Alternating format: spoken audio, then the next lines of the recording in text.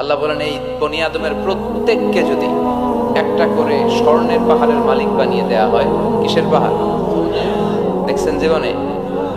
স্বর্ণের পাহাড়ের যদি মালিক বানিয়ে দেয়া হয়, আহাব্বা আইয়াকুনা লাহু ওয়াদিয়ান, একটা করে স্বর্ণের পাহাড়ের মালিক বানিয়ে দিলেও সে চাইবে কিভাবে আরো একটা স্বর্ণের পাহাড়ের মালিক হওয়া যায়। আচ্ছা, একটু বুঝে শুনে উত্তর করবেন। একটা স্বর্ণের পাহাড়ের মালিক যদি আমি হই, শুধু আমি কেন, আমার 14 গুরু সেটারে বিক্রি করে খেলেও কি শেষ করতে পারবো? তো আমার আরেকটা লাগবে কেন? আরেকটা দিয়ে আমি কি করব? স্বভাব। এই শুনেই বললেন, সবশেষে হাদিসের শেষাংশে বললেন, ওয়ালাইয়ামলা আফাহু ইল্লা তুরাব, কবরের মাটি ছাড়া কোনো কিছুই মানুষের এই জিহ্বাটারে থামাতে পারবে না। চিৎকার করে বলেন ঠিক কি না? জন্য যার আছে বেশি ও চায় বেশি, এই ডিমান্ডটারে একটু কমাতে হবে, আল্লাহর কাছে শুকরিয়া করতে হবে। অর্থের প্রয়োজন আছে, কিন্তু এটার হৃদয়ে স্থান